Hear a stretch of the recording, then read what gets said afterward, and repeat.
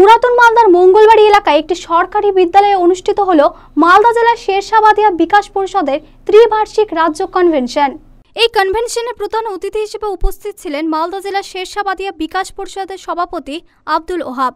এছাড়া উপস্থিত ছিলেন শেরশাবাদিয়া বিকাশ পরিষদের কেন্দ্রীয় কমিটির সদস্য আরাফাত আলী। কনভেনশনের মধ্যে দিয়ে নতুন কমিটি গঠন হয়। নতুন কমিটিকে নিয়ে আগামী দিন কিভাবে পথ চলা শুরু হবে সে বিষয়ে বিস্তারিত আলোচনা হয়। শেরশাবাদিয়া বিকাশ পরিষদের কেন্দ্রীয় কমিটির সদস্য আরাফাত আলী জানান, মালদা জেলার পাশাপাশি দুই দিনাজপুর সহ মুর্শিদাবাদের প্রতিনিধিদের নিয়ে কনভেনশন শুরু হয়েছে। মূলত বর্তমান দেশে একটা অরাজকতার বাতাবরণ তৈরি হয়েছে, তাই শান্তি সম্প্রীতি বজায় রাখার উদ্দেশ্যে এই কনভেনশনের মাধ্যমে সংঘবদ্ধ হব এবং আগামী লোকসভা ভোটে সম্প্রীতি বজায়ের পক্ষে আমাদের সমর্থন থাকবে।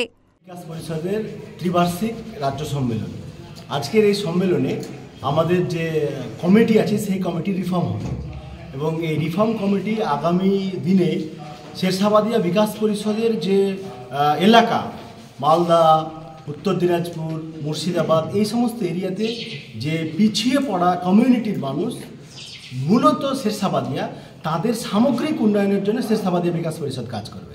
শিক্ষা, স্বাস্থ্য, কর্মসংস্থান এই সমস্ত বিষয়গুলো সব থেকে আমরা বেশি গুরুত্ব দিয়েছি কালচারাল দিকটা।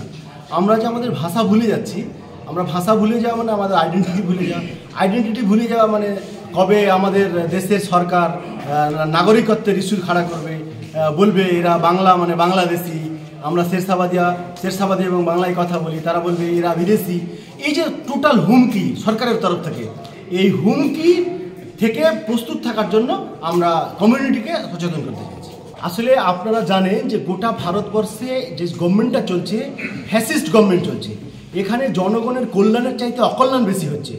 গোটা দেশের একটা বড় সংখ্যক মানুষকে হুমকি দিয়ে, তাদের ভয় দেখিয়ে, তাদের মধ্যে বিভেদের প্রাচীর তুলে দিয়ে, তাদের কোণঠাসা করে দিয়ে তারা শাসন করতে চাইছে।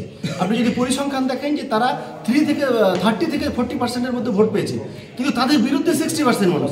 কিন্তু তারা কী করছে, একটা বড় সংখ্যার মানুষকে ভয় দেখিয়ে সন্ত্রস্ত করে দিয়ে এক লাইন করে দিচ্ছে, দিয়ে তারা রাজত্ব করতে চায়। আমরা মনে করি যে ভারতবর্ষকে টিকিয়ে রাখতে হলে যেমন করে স্বাধীনতা আন্দোলন হয়েছে, তেমন করে আজকের দিনেও ভারতবর্ষকে টিকাতে হলে এই ফ্যাসিস্টদের বিরুদ্ধে, যারা বিভেদকামী শক্তি, যারা মানুষের মধ্যে বিভেদ তৈরি করে, যারা সন্ত্রস্ত করে দেশ পরিচালনা করতে চায়, তাদের বিরুদ্ধে মানুষকে এক হতে হবে। যারা দেশের কল্যাণ করতে চায় তাদের পক্ষে আমাদের রায়।